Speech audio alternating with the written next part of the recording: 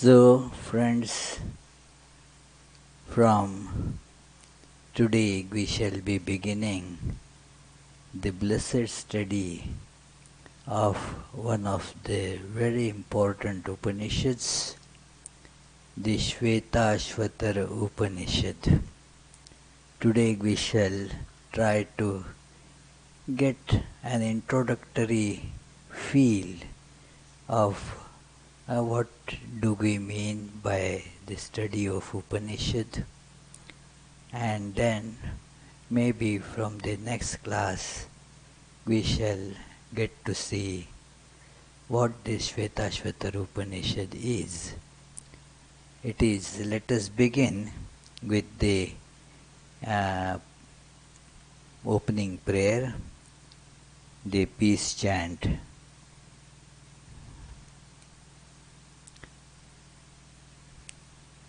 Can you read it on the screen? Very good. Om Sahana Vavatu Sahanau Bhunaktu Sahaviryam Karavavahai Tejasvinavadhitamastu Ma Vidvishavahai. Om Shanti Shanti Shanti. May we be protected together. May we be nourished together. May we attain strength together. May our study make us illumined. May there be no dislike between us. Om, peace, peace, peace. So, we shall see what is an Upanishad.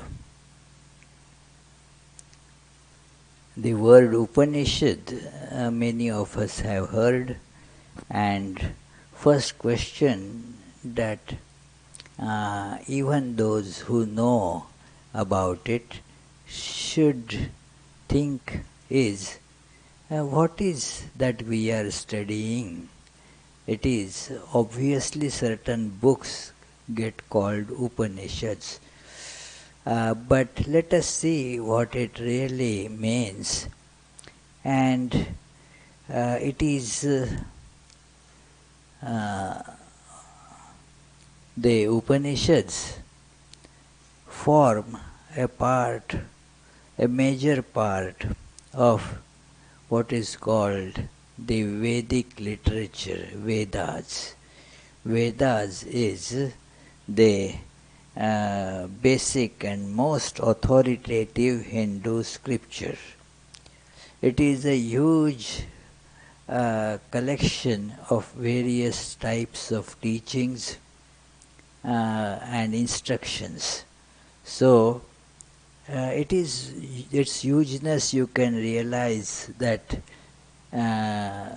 although a lot of it is lost over the course of thousands of years, it is still considered to be about 100,000 verses.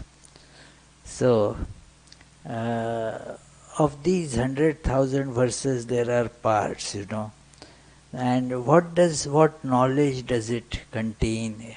Veda, the word actually means knowledge or to know.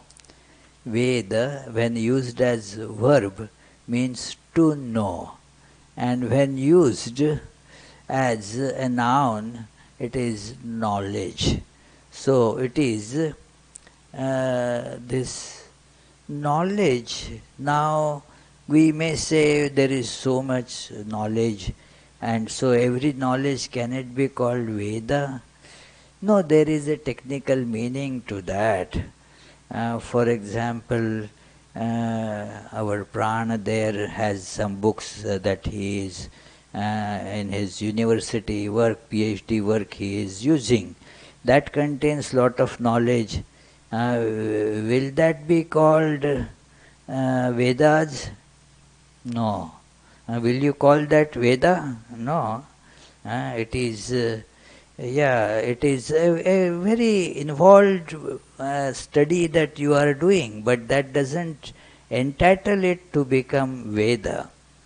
Veda, this term is applied to knowledge which we cannot obtain through our sensory system and our intellect.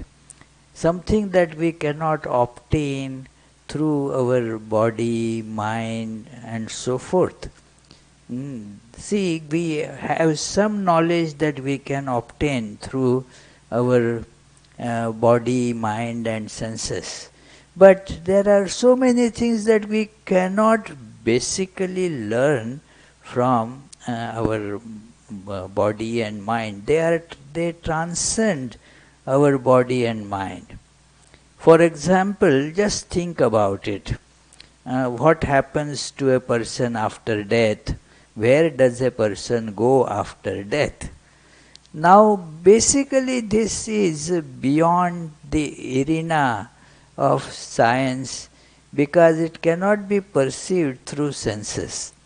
Whatever can be perceived through senses and therefore can become subject to intellectual analysis and intellectual conclusions and verifications physically, all that knowledge, howsoever great, is something that is limited by our intellect, our senses, and therefore is necessarily anthropomorphic. I mean, depending on our brain, that knowledge will be. Imagine the brain, say, of a bedbug. And the bedbug science would be very different from the science of human beings. It is because it has different sense organs, different intellectual programming. The world is very different for a bedbug. So its senses are different. It has a very keen sense of smell, and therefore wherever that person smells the blood very strongly and goes and knows exactly where to prick, where the vein is, that fellow knows exactly, pricks there. Even when you go to take your blood out for blood test, sometimes those people fumble, can't find the vein correctly. But this bedbug is an expert. The fellow never makes a mistake, exactly finds the vein and then pricks and then sucks out the blood. So it is, why, Anna, you like that experience? No, okay. So it is. So what I mean is that each of these creatures would have their realm of knowledge, and it is dependent on their particular sense organs and so forth. But there is knowledge that transcends these instruments. It is that knowledge is because for two reasons. We know we experience certain objects, but which we cannot see through our senses, and therefore even cannot logically think about it. For example, we know for sure that there is I am. Can we see it? I cannot see the self, I can see the body. What, Tommy, have you seen I? And no, even if you stand in front of a full body mirror, you will not be able to see I, even if they take your X-ray or whatever, scanning or what, they will not be able to find this self, the I. But we know it is there. We always use that presence. We say, I am so and so. And now it is, but can never be gauged by our sense organs and our intellect. And therefore, what happens to this I when the body dies? We cannot, just push away this understanding that the body surely dies and yet something survives. So, what is that? Although we cannot logically present it, all of us have a clear, or may not be clear, but a sure idea of it. Clear idea and sure idea are two different things. Sure means you know that there is something like that, but clear means you exactly know how it is. There is, for example, if you see from a distance that you see a tree at say 1 mile away on a mountain, you are sure that the tree is there. What tree is it? Well, I can't tell from that long a distance. It is hazy, it is not clear. So, exactly like that, we are sure that this body dies and something still survives. There is something after that, and that is why we make wills. After I die, what should happen? If everything is over with death, why should we take the trouble of it? There is no need. It is everything is going to vanish.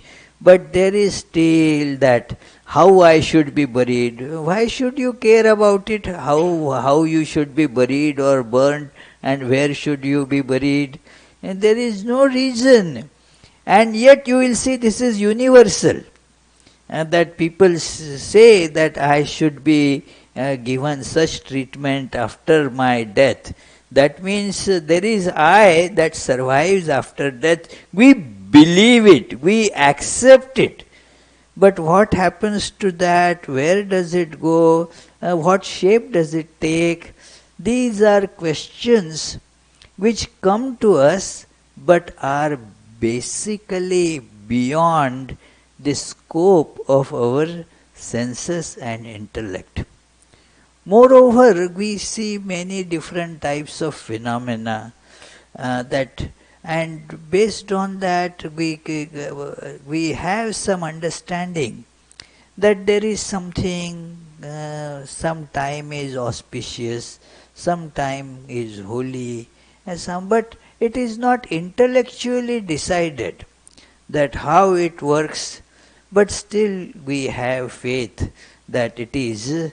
Some people therefore say, well, that was not my day. I did everything, but it didn't work out in my favor, so that was not my day. So, does it happen, Paul, any time? Yeah, it is. We say, with a resigned attitude, we say, well, it was not my day. Now, why was it not your day? And some other time you do this exactly same thing. It works very well. Why it is your day? Well, there must be some answer to it, but it is not possible for our senses to deduce that. We'd have no perception of it. It is therefore our intellect just works on correlating our perceptions and analyzing. So that which our senses cannot perceive, our intellect also cannot get there. Basically impossible. In principle it is impossible for the intellect to have any penetration in what cannot be basically perceived by our senses. But then there is therefore a body of knowledge which is transcendent over senses and mind and intellect. It is where from do you get this knowledge? Who gets this knowledge? Those who have the capability of going beyond the limitations of senses and mind, they can get this. Like those that Plato's that imagery of the shadows, that those were the prisoners, and then having stayed in those closed cells, they could not see anything outside as such except the shadows on the walls. So their world was limited to the shadows in the wall.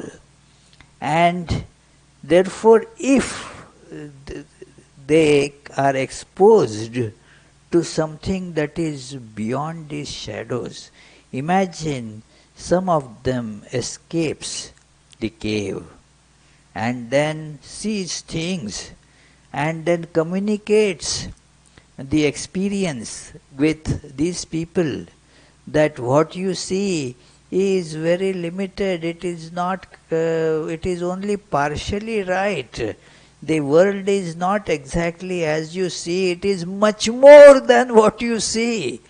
There are colors, there are, third dimension, there is something that you can touch, hold, feel, and so forth. This is not available to you because of your limitations. You are confined in a cell. So we are also confined in this cell of body and mind. We feel independent because of the, being habituated to that. Like exactly those prisoners. They were quite okay by habit. You get used to various situations. In the beginning, you feel, how can you survive there? It is so difficult. I cannot live there. You completely reject the very idea that it is possible to live there. That how is it possible? There is no running water. There is no stop and shop to get groceries from. How can I survive? Impossible. You see, it is. And then I heard that there are tigers and other creatures there. Horrible. I cannot live there. Impossible for me. I make a conclusion. But does it mean that nobody can live? It is, and those who live, they become habituated to that kind of life. They survive quite well. Not at all scared. It is, I was so surprised that the people who are habituated to live in forest, they are fearless. You go there, and during the daytime you may be more or less okay, not really, but still you can manage. As the night falls, then the heart starts palpitating, especially as you hear the roaring of tigers and all that sounds. And even though there is no tiger, your mind creates quite a few around you. And so it is very difficult for us to live there, not habituated. Those people live fine. A doctor couple, they went there to serve those tribal people there with medications and all that. Initially, I am sure they must have been also scared, but gradually, I can tell you their name. It is wonderful. I had the chance of meeting them a few times. Dr. Prakash Amte and his wife. Both, they stayed in such forest area, deep forest. And then gradually they got so accustomed to stay there. They have their pet as a tiger that goes to walk like you walk dog, and they walk tiger. And not scared. Can you imagine? Yeah, it is impossible to think. What, Naomi? Do you want to live like them? You are good with cats, but big cat, and not that big cat. It is. So it is. So they are used to it. And the people from these forests, they are not scared there.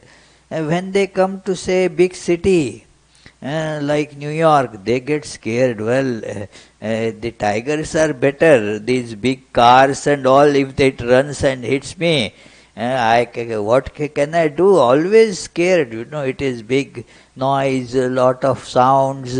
They are not used to it.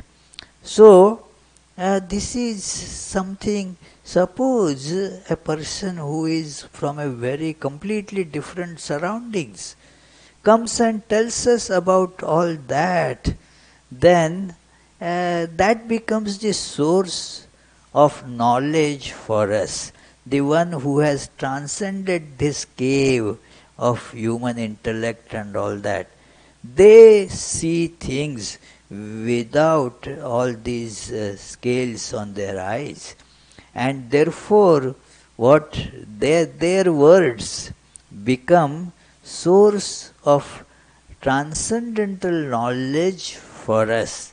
That is called Vedas, beyond the human and senses and mind. So it is an information that we don't know. It is completely very, very different. I just have read that in that remote islands of Andaman, there are certain tribes that live which are, they still have no touch of what is called a civilization, any modern equipment. They do not need clothes to put on, and so forth. It is all very different culture. So now, well, that is something that is beyond my senses. Now suppose somebody of them gets the understanding of our language and all that, then can narrate the experiences, their ideas, their culture to us. So these Vedas is the knowledge of that type. Therefore, it is knowledge, but not the mundane knowledge, mundane in the sense of being knowledge gained by our senses and intellect. That knowledge is very deep again. I don't question that. They see this knowledge of science. This is all science. That knowledge which we get from our senses and intellect, it is science. Let us qualify it as physical science.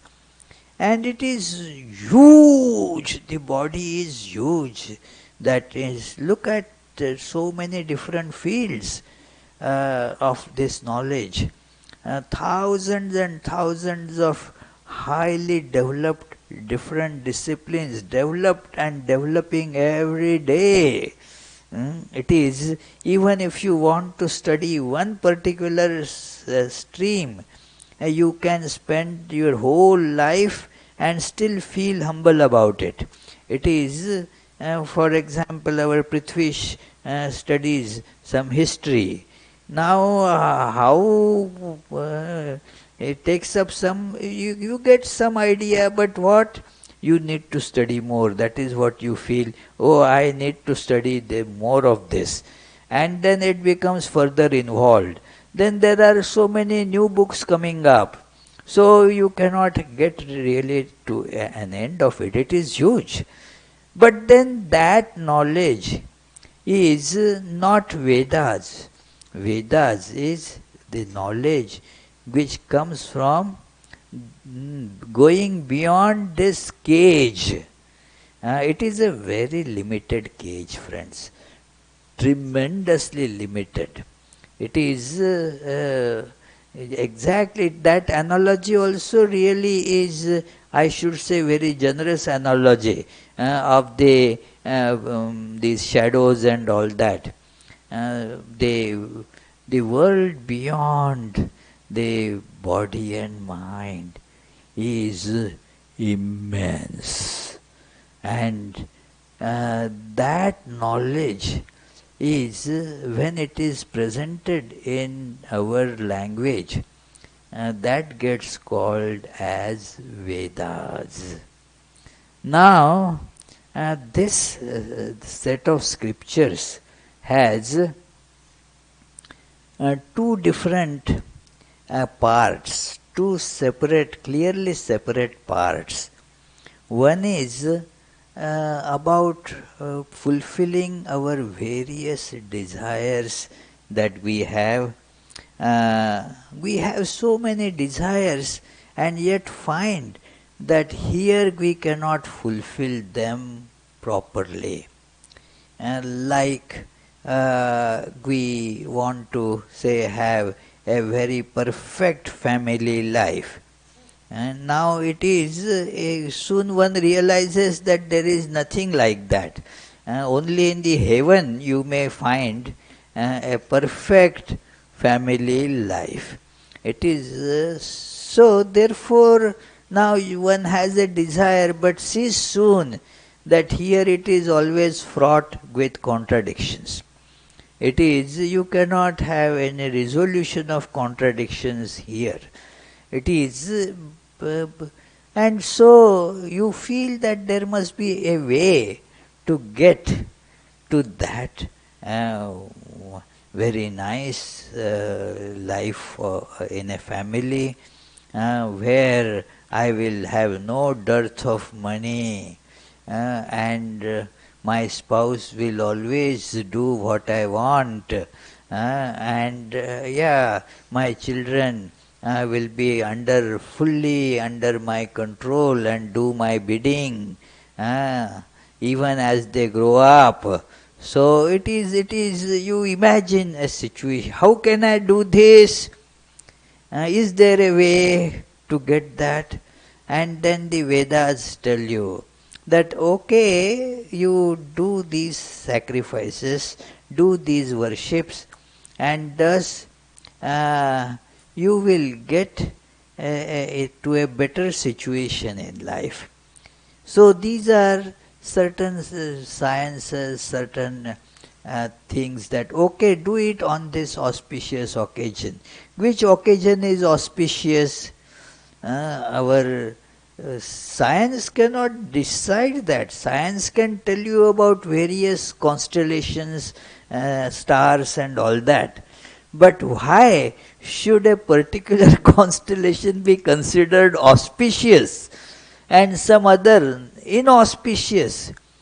That science cannot tell you. Like the eclipses. In Hindus, the eclipses are considered in many this thing as bad omens for certain things.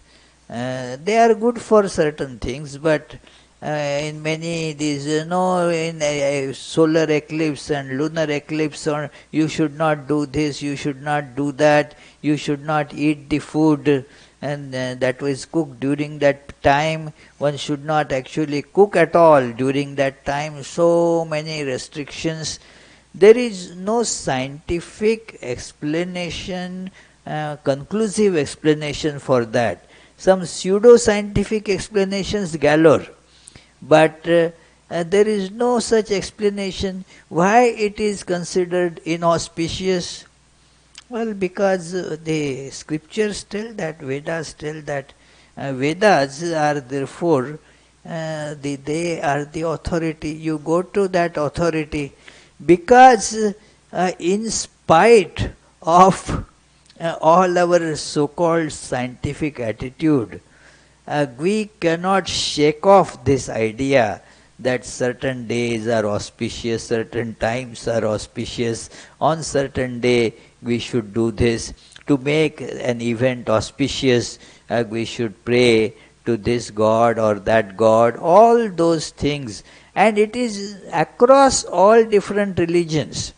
It is not only with Hindus, it is with Christians, with Jewish, all. It is there is no scientific explanation.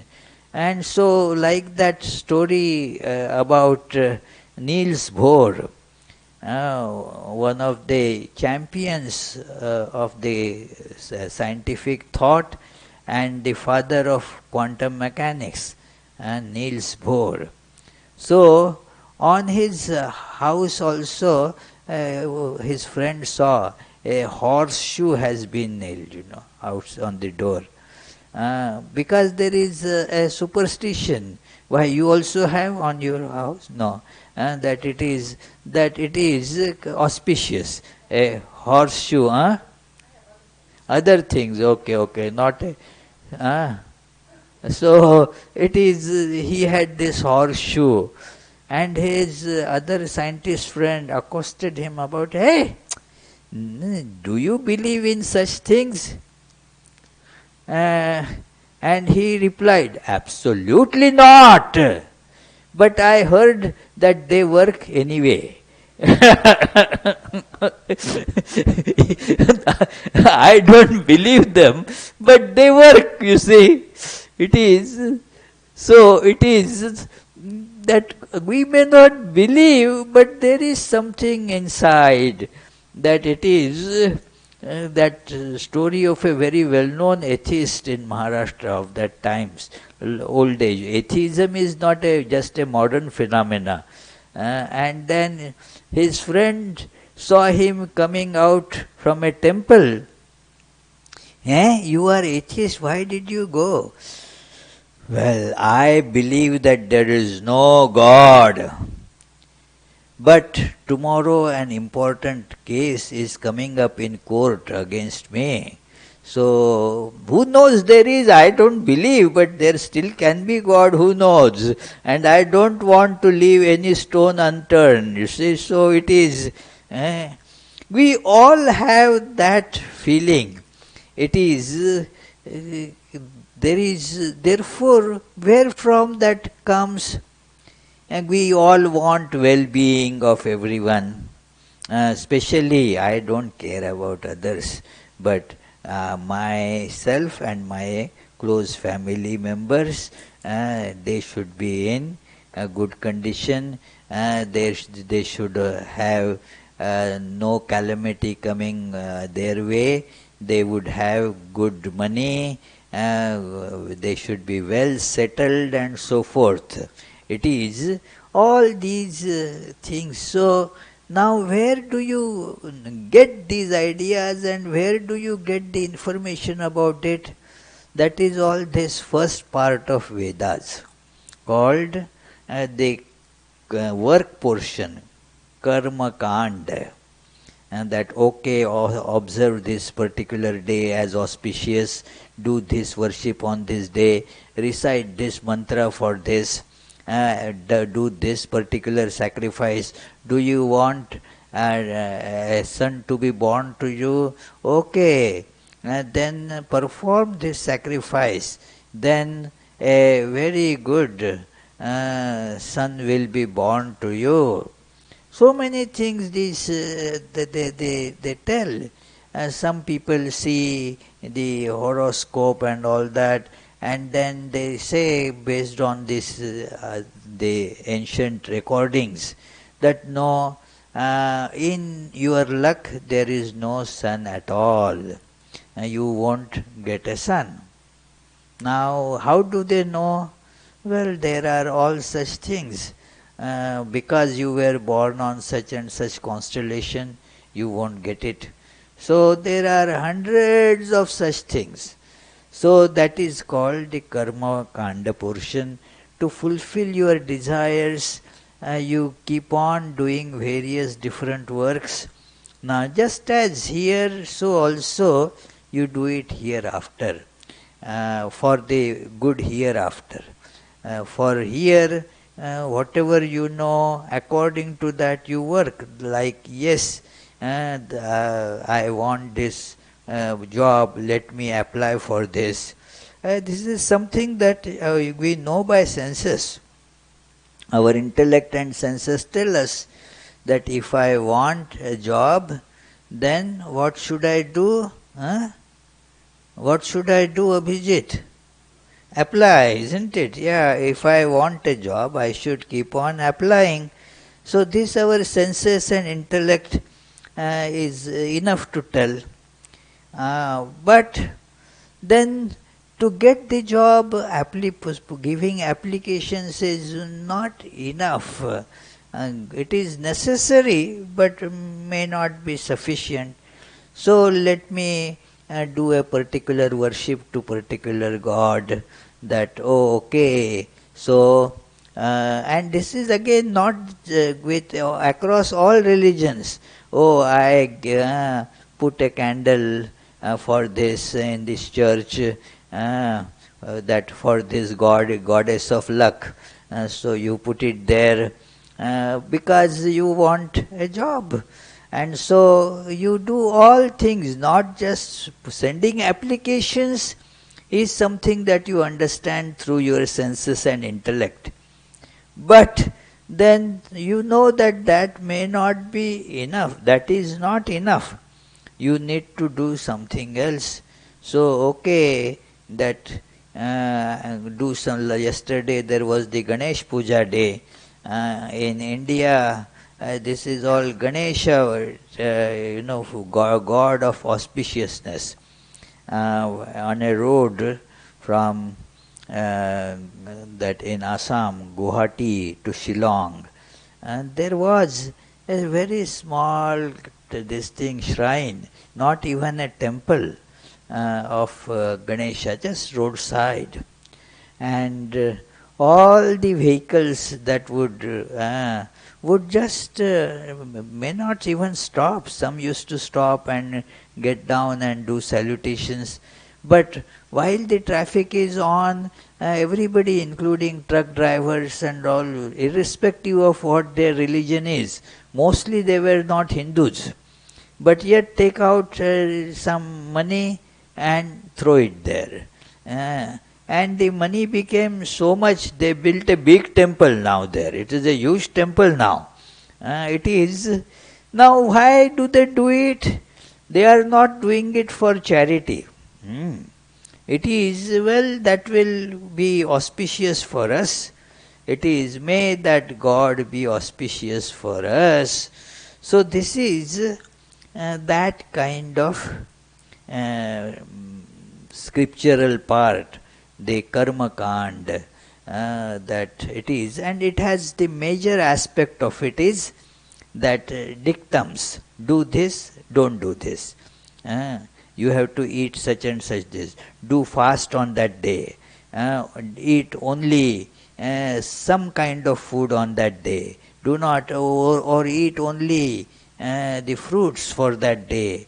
All these injunctions are there, do's and don't do's. And many consider that that is the only meaningful part of scripture.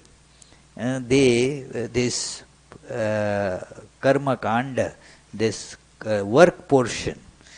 Because what we need from scriptures, what we should do and what we should not do, isn't it? The scriptures should tell us what we should be doing and what we should not be doing. That is the most important aspect of scriptures. Other things are kind of fluff, you see, that it is, need not worry about it. There is an aphorism of those who are adherents of this part of scripture. That aphorism runs like that. Its proponent was a great sage, Jaimini. So he has written aphorisms about this, and the most quoted aphorism is Amna yasya kriyarthatvat anarthakya atadarthanam. Means these scriptural or Vedic statements, they are for the purpose of telling us what we should do and what we should not do. Hmm? All other part there is of the sort of eulogizing and such things which is meaningless, anarthakya, and that those things have no particular significance, can be just neglected, ignored. So it is that. But there is a small part in the Vedas which these people consider as meaningless. But that part is about these questions. What is the ultimate truth? What is that which is changeless? What is the nature of self? Who am I? What is how this all this world came about? How do I associate I with a particular set of bones, flesh, blood, and not with other similar set? I call it this I. And that similar, it is, similar flesh, bones, blood. I say, that's Paul, that's not I. Why, and again that is changing, you see. That what I ate or drank in the afternoon, now I call that as I. It is similar something. I don't know why it becomes I and not Paul. It is same thing, you see, like we are say eating together, and then we both have the same snacks.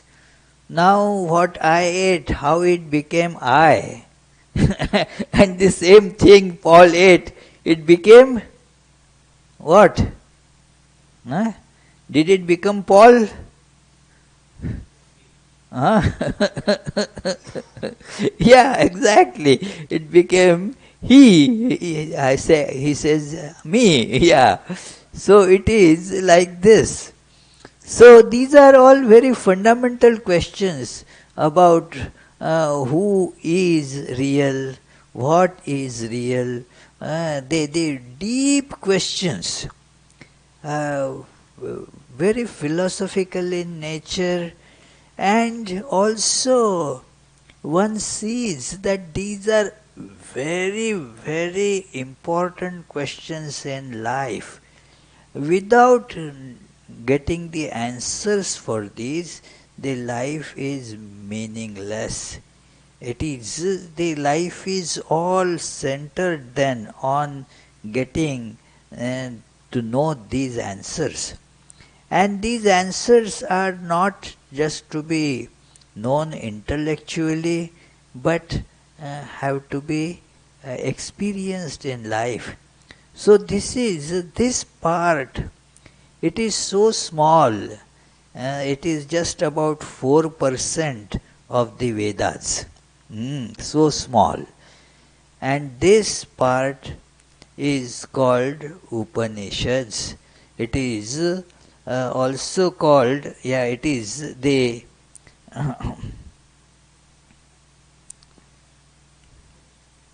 the knowledge portion contains what is called Upanishads, as they usually form the end portion of the Vedas, and more importantly, because knowledge reaches its ultimate limit in them, they are also called Vedanta. Veda, knowledge, Anta means the end or the culmination of knowledge. There you reach, in principle, the culmination of knowledge, because the distinction between the knower and the known disappears. What next is to be known? Nothing remains to be known there. That is the ultimate knowledge. So this is called Vedanta, and that forms the backbone of what is called the uh, religion for Hindus. All different religious ideas are uh, based on this Vedanta.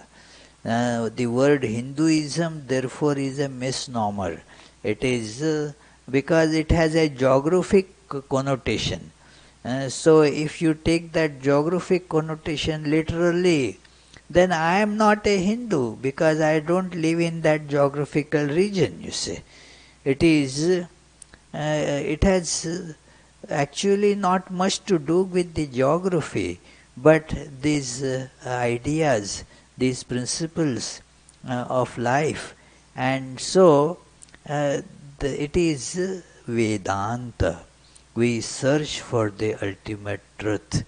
And that truth then for the purpose of worships according to different temperaments, different mindsets, take the form of various different deities, ways of worship, and so forth. So that all is Vedanta. Now let us see this etymology of this word, Upanishad. This I have taken from Shankara's commentary on Kathopanishad, where it is the best explanation of this word Upanishad. And there is this word Sad, that is the root, that it is with the prefix of Upa and Ni, and suffix is Quip in Sanskrit. That word quip means it just retains that meaning. It is, but Upa and Ni are the prefixes, and the prefixes give very specific meaning to them, that the Sad has these three meanings. One is to destroy, second is to loosen, and then third is moving towards or moving to. So, and the prefixes Upa means near, and Ni means certainty. That Upanishad therefore means that not a book as such, but the wisdom by which one's bondage is destroyed or loosened, or at least one moves in that direction. That is called Upanishad, that which removes the bondage. It destroys the bondage or loosens the bondage. There are the three stages. For some, that wisdom may just destroy the bondage. Oh, I am not body, I am not mind. It destroys the bondage. For others, they may not immediately experience this, but having heard this, they feel at least that is the bondage is loosened. They get it is not gone, but it is loosened. And then the third, it is neither destroyed nor loose at this stage, but the person is convinced and wants to work for that, starts moving in that direction. That wisdom is called Upanishad. So Upanishad does not signify any particular book as such, but the knowledge. So that is called Upanishad. So we are studying Upanishad only if we are getting this knowledge. Otherwise we are not studying. We may study the words, we may understand the words, we may also be able to recite the whole Upanishad. But if we are not getting liberated, or partially at least getting liberated, or moving in that direction, then I mean if the knowledge in that Upanishad, that wisdom therein is not uh, getting into us, then we are not studying Upanishads. We may be studying a book, but that book is not Upanishad. Upanishad is this wisdom, this Vidya. Shankaracharya calls it Vidya, this particular knowledge of our true nature that destroys the bondage. That is called the Upanishad. So, this is the introductory part that we had today, uh, and from next Friday we shall take up the actually verse by verse study of the Svetasvatara Upanishad. Any questions you may be having today? Yes, Pritish? Yes, yes.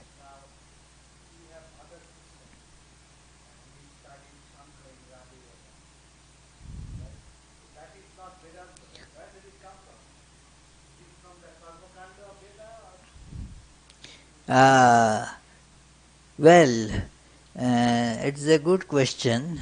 What about other systems? Like not just Sankhya but say Nyaya, Vaisheshika, Mimamsa. Where do they come from? They do not all completely relate to the Karma Kanda or the work portion of Vedas. They take some Upanishadic part, some of the Karma Kanda part, and all that. Only the Purva Mimamsa part is restricted only to the Karma Kanda part. But others like Sankhya, Sankhya takes up the Upanishadic ideas also. In fact, Svetasvatara Upanishad has a verse which is the sole support, actually two verses in Svetasvatara Upanishad which alone form their support from Upanishads. So they also have this support in the Upanishads. So it is, but their interpretations are a little different. Yeah. Interpretations even with Vedanta, assuming Vedanta, there are again the dualistic, qualified non-dualistic or the non-dualistic and many other ramifications of this. So many interpretations can be there. Yeah, but Vedanta means Upanishads and all that supports the conclusion of Upanishads, and that gets called Vedanta. Yes, Anna?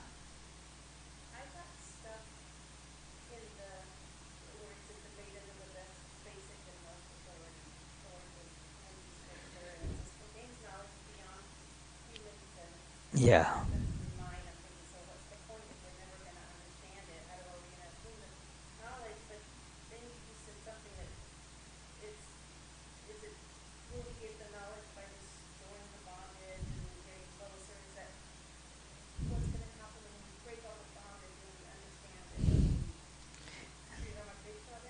Yes. It is, you become that. You become a sage. You become an illumined person. It is, you become like Sri Ramakrishna. It is. Yes, exactly. Do you not like to break the bondage? Do you like to be in bondage? Then, of course, it is difficult, and no point. If I want to go beyond bondage, if I want to attain to freedom, then it is helpful. If I like my bondage, then, well, what can be done, you see? It is.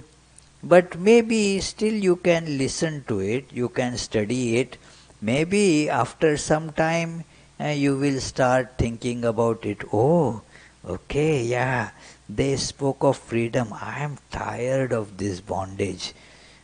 And so I want to get free from all this.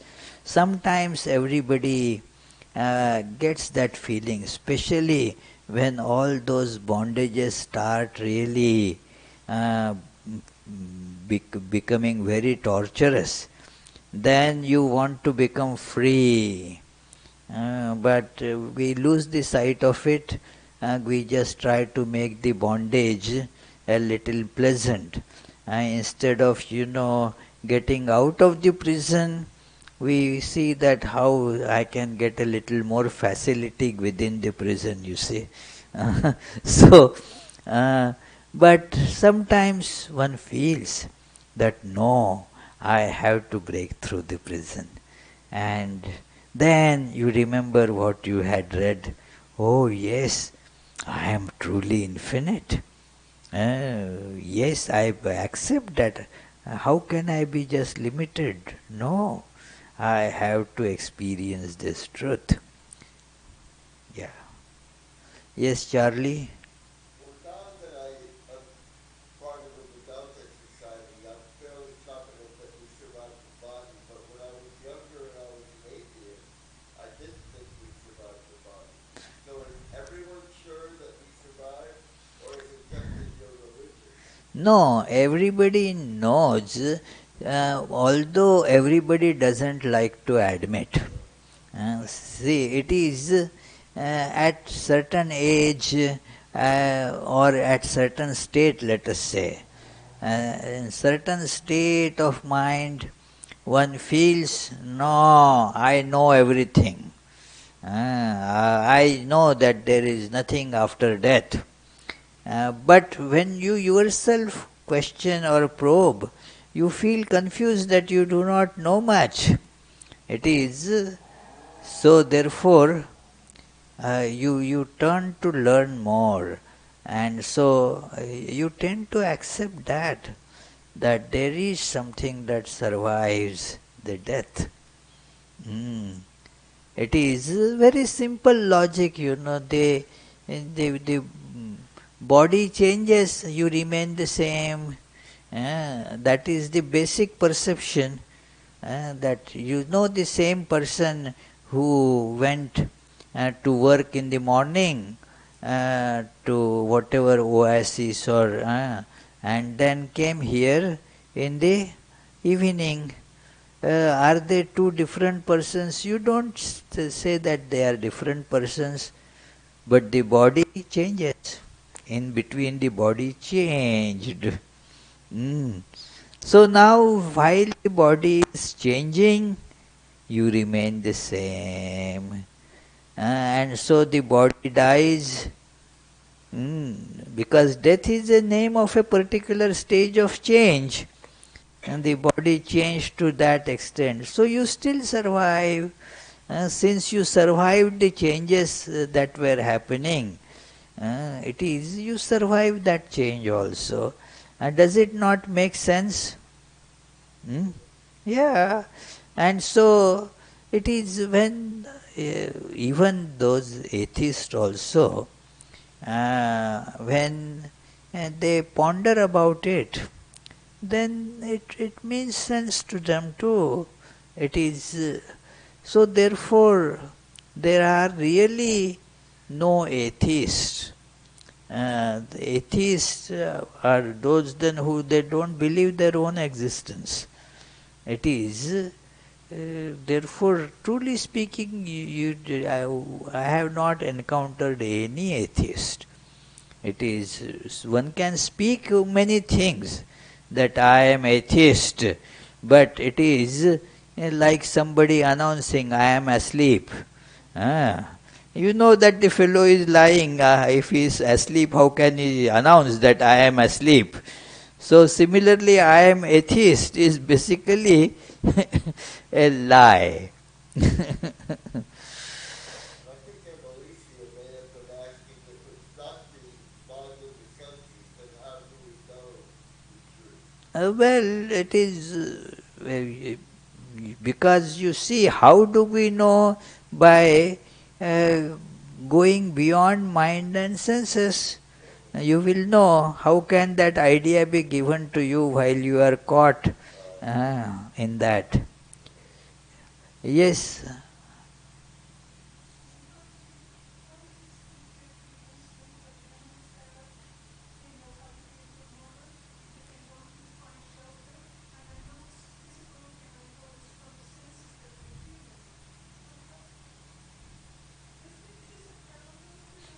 No. Instinct is lower than reason. And this experience is beyond reason.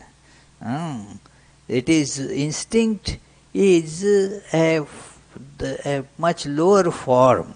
It is an auto response. That gets called instinct. It is an instinctive life because animals do not mostly have this faculty of rationality developed. So it happens instinctively. It is, and instinct is very correct, but its field is very narrow. Instinct is accurate. It is unfailing, but in a very narrow field. It is instinctively, for example, you will not make mistake that you go and although you are not seeing anything, you will flip on the light switch. By instinct you know where it is and you flip it on. It always is correct.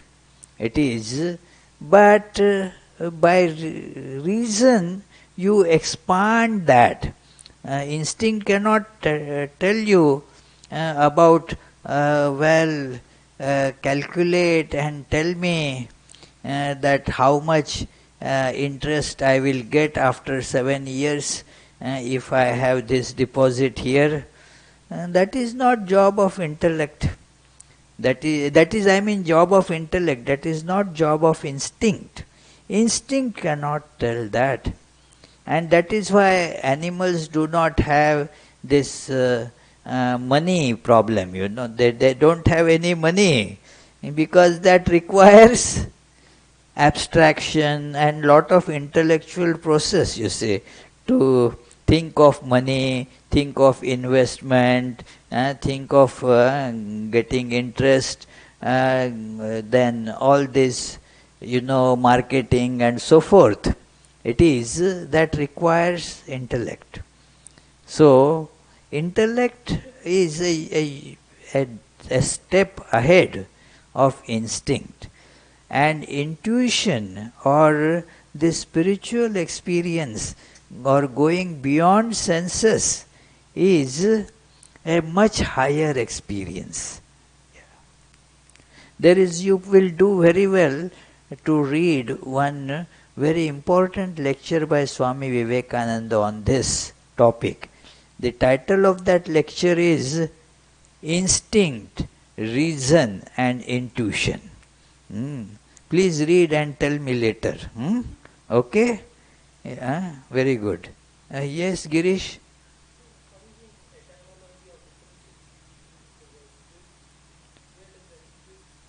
Kip, it is in Sanskrit grammar, this comes as what is called pratyaya, a suffix.